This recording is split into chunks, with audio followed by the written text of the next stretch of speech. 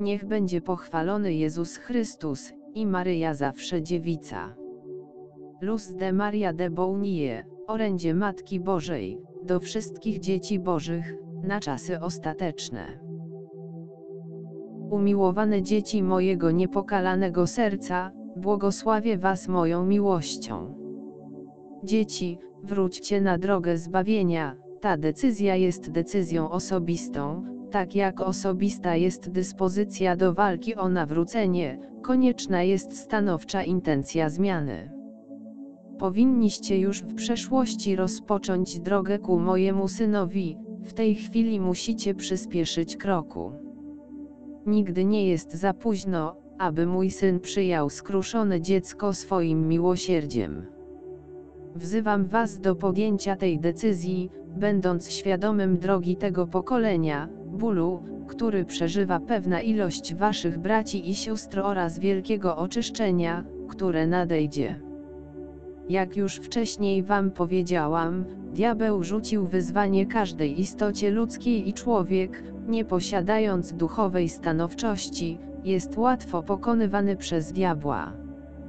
Diabeł wchodzi w wolę człowieka opętując go, prowadzi człowieka do popełnienia strasznych grzechów, wszystko przeciwko ludzkości, to co się dzieje jest skierowane na zniszczenie istoty ludzkiej. Umiłowani mojego serca, w tej chwili mój syn został całkowicie zdegradowany. Ludzkość nie postępuje w kierunku zbawienia, lecz raczej w kierunku swego samozniszczenia. Powiedziałam wam z góry, na końcu ludzie będą żyli bez Boga. Grzech nie będzie nazywany grzechem, lecz wolnością. Człowiek nie będzie chciał uzyskać przebaczenia.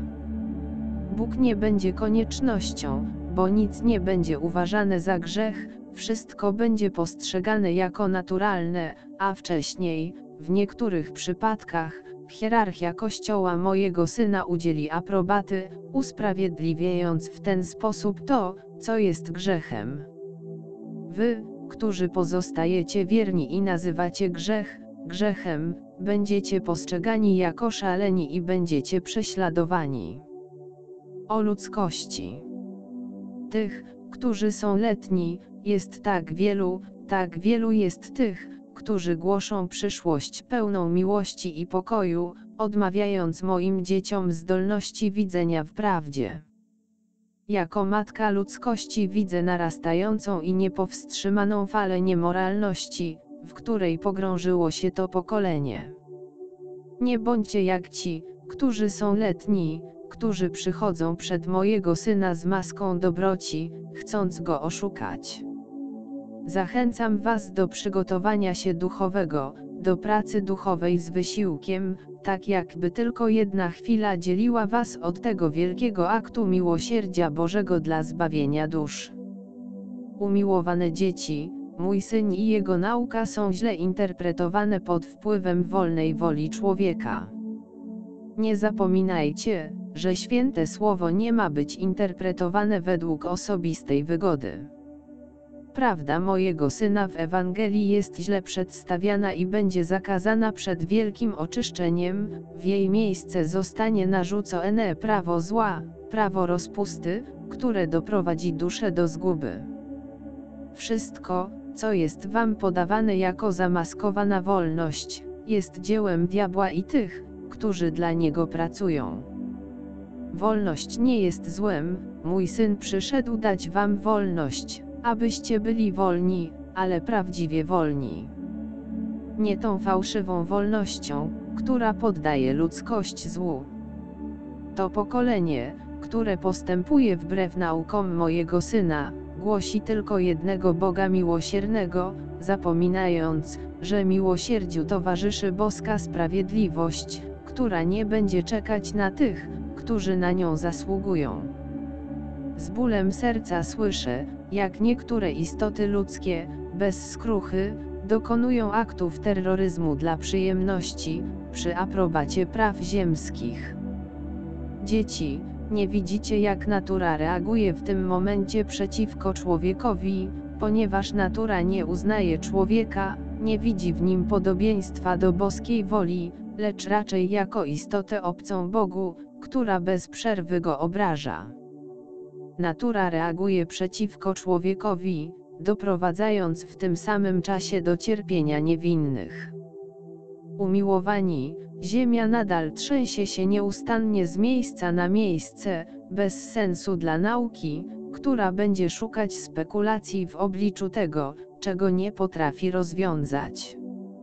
Zjawiska nieznane nauce, ponieważ mają charakter boski, będą miały miejsce. Mój Syn utrzymuje swoich aniołów, którzy są wykonawcami Jego sprawiedliwości w 4 zakątkach ziemi. Podczas gdy człowiek udaje fałszywy pokój, aby przygotować swój arsenał z większą obfitością.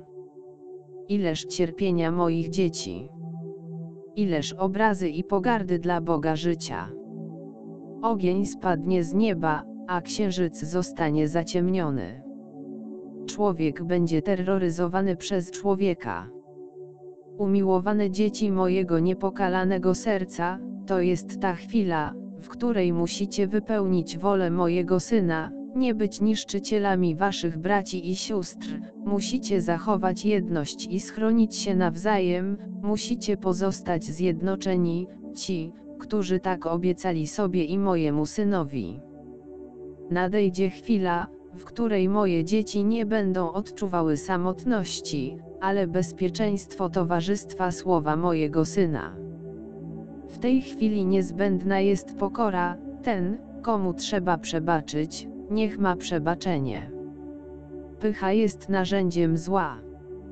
Mój Syn da wielki znak, aby ogłosić, że ludzkość jest stale widziana z wysoka przez swoje istoty światła. Moi umiłowani, nie rozpaczajcie, niech się nie trwoży serce wasze ani się nie płaszczy. Moje dzieci nie zostaną opuszczone. Moja opieka pozostaje nad wszystkimi, którzy zapraszają mnie do pozostania z nimi. Oczekujcie z radością na mojego Syna, nie martwcie się, mój Syn jest absolutną prawdą.